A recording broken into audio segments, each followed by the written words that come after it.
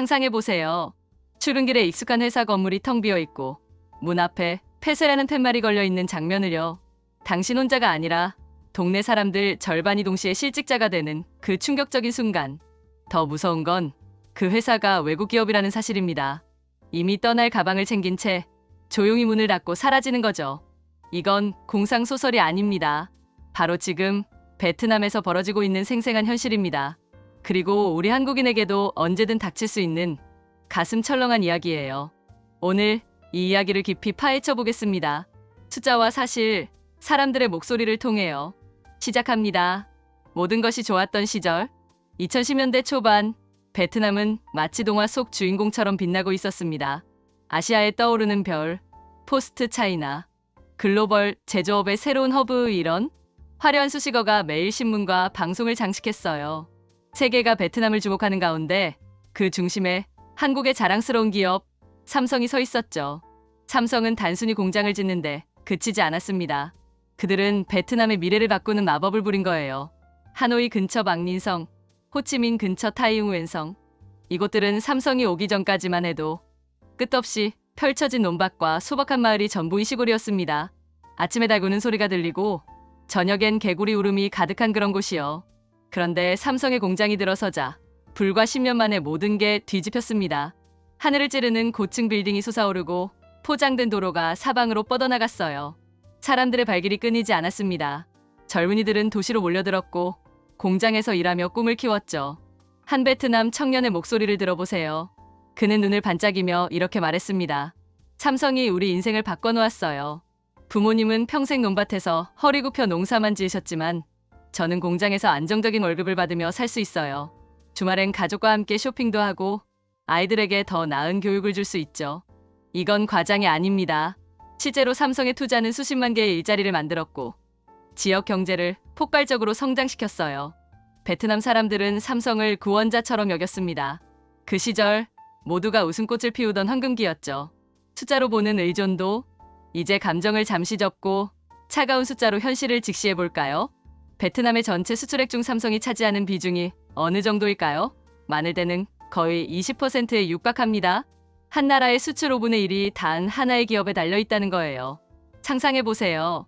당신이 월급쟁이인데 수입의 20%가 부업에서 나온다고요. 그 부업이 갑자기 사라지면 생활이 산산조각 납니다. 베트남 경제가 바로 그런 취약한 구조였습니다. 더 구체적으로 보죠. 2022년 기준 베트남의 총 수출액은 약 3,700억 달러. 그중 삼성의 스마트폰과 전자제품 수출이 700억 달러를 넘었어요. 이는 베트남 GDP의 20%에 해당하는 규모입니다. 삼성의 협력업체들까지 포함하면 그 영향은 수백만 명의 생계로 이어집니다. 이 의존도는 단순한 숫자가 아니라 국가 운명의 열쇠였어요. 사람들은 삼성이 이렇게 많이 투자했는데 설마 떠나겠어? 라고 안심했습니다. 하지만 이 설마가 치명적인 함정의 시작이었죠. 경제는 감정으로 움직이지 않으니까요. 관계가 틀어지는 순간 처음엔 모든 게 완벽한 윈윈 관계였습니다. 베트남은 값싼 노동력과 땅을 제공하며 일자리를 얻었고 삼성은 저비용 생산으로 이익을 챙겼어요. 베트남 정부는 삼성을 환영하며 세금 혜택을 아낌없이 줬습니다. 고맙다는 인사가 매일 오갔죠. 그런데 시간이 지나면서 미묘한 균열이 생기기 시작합니다. 당연한 거 아니야? 라는 속내가 고개를 들었어요. 베트남 정부의 생각이 바뀌었습니다. 삼성이 우리나라에서 이렇게 막대한 이익을 내는데 세금을 더 내야 하지 않을까? 이건 이해할 만한 논리예요. 국가라면 자국 이익을 우선시할 테니까요. 문제는 그 실행 방식이었습니다. 2024년 전 세계적으로 글로벌 최저한세 제도가 도입됩니다. 다국적 기업은 어디서 사업하든 최소 15%의 법인세를 내야 한다는 규칙이죠. 베트남은 이걸 핑계로 기존에 약속한 세금 면제와 인센티브를 슬쩍 걷어들이기 시작합니다. 세금 자체가 문제의 핵심은 아니에요. 진짜 문제는 약속을 지키지 않았다는 신호였습니다. 기업에게 신뢰는 목숨과 같아요. 오늘 약속을 어기면 내일은 더 큰 불신이 쌓이죠. 삼성 입장에서 베트남은 더 이상 안정적인 파트너가 아니게 됐습니다. 관계의 균열이 서서히 하지만 확실히 퍼지기 시작한 거예요. 대안은 이미 준비되어 있다. 이 위기 속에서 새로운 플레이어가 등장합니다. 바로 인도예요.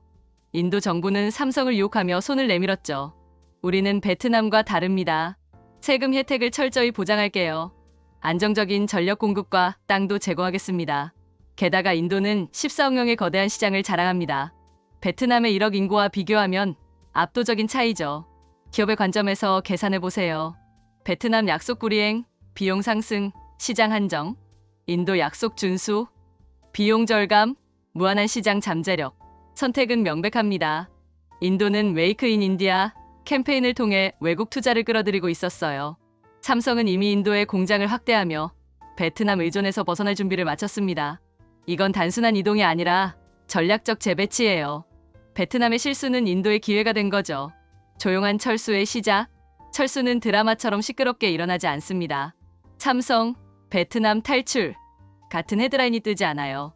대신 물밑에서 서서히 진행됩니다. 신규 투자 계획이 슬그머니 취소되고 새 공장 건설이 검토 중으로 미뤄집니다. 생산 라인이 더 이상 확장되지 않아요. 협력업체들이 가장 먼저 이상을 감지합니다. 물량이 줄었네? 주문이 왜 안 들어오지? 해고의 물결이 시작됩니다.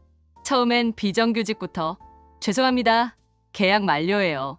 라는 통보가 날아듭니다. 그 다음엔 정규직까지. 공장 문이 닫히는 소리가 아니라 사람들의 한숨 소리가 들려요. 이 과정은 조용하지만 그 파장은 거대합니다. 베트남 언론조차 눈치채지 못할 정도로 은밀하게요. 무너지는 생태계, 한 공장의 멈춤은 그 안에서 끝나지 않습니다. 그건 도미노처럼 주변을 무너뜨려요. 공장 노동자들이 매일 점심을 먹던 작은 식당, 주말에 쇼핑하던 가게, 월세를 내는 아파트. 모든 게 연결되어 있죠. 한 식당 주인의 절절한 목소리를 들어보세요. 예전엔 점심시간에 손님이 넘쳐서 자리가 없었어요. 웃음소리가 가득했죠. 그런데 지금은 하루 종일 5명도 안 와요. 재료를 사놓고 썩히기 일쑤예요. 가게들이 문을 닫기 시작합니다. 부동산 시장이 얼어붙고 집값이 폭락합니다. 사람들은 더 나은 일자리를 찾아 다른 도시로 떠나요. 마을 전체가 유령 도시처럼 변합니다. 이건 단순한 실업이 아니라 지역 사회의 붕괴예요. 경제 생태계가 뿌리째 흔들리는 과정입니다. 아이러니한 선택? 여기서 한 가지 씁쓸한 아이러니가 있습니다.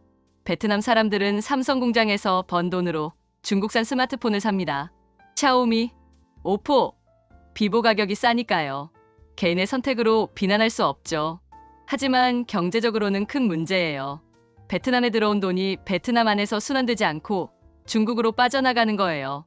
경제학 용어로 자본 유출이라고 합니다.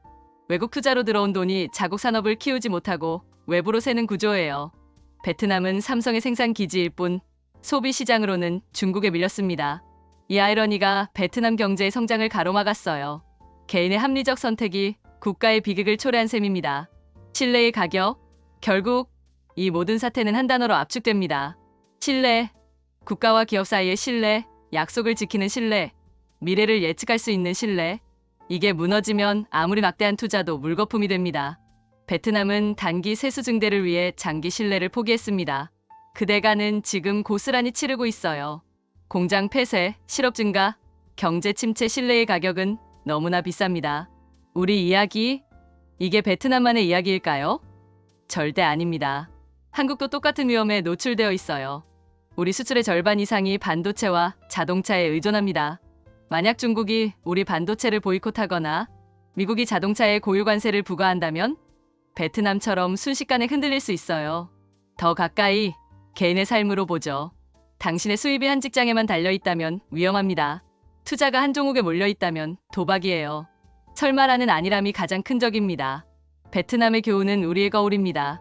오늘 이야기에서 배울 점은 3가지예요. 첫째, 감정과 비즈니스를 섞지 마세요. 우호국이니까, 형제의 나라니까 이런 말은 계약서에 적히지 않습니다. 비즈니스는 냉정해야 지속됩니다. 둘째, 리스크를 분산하세요. 한 곳에 모든 걸 걸면 투자가 아니라 도박입니다.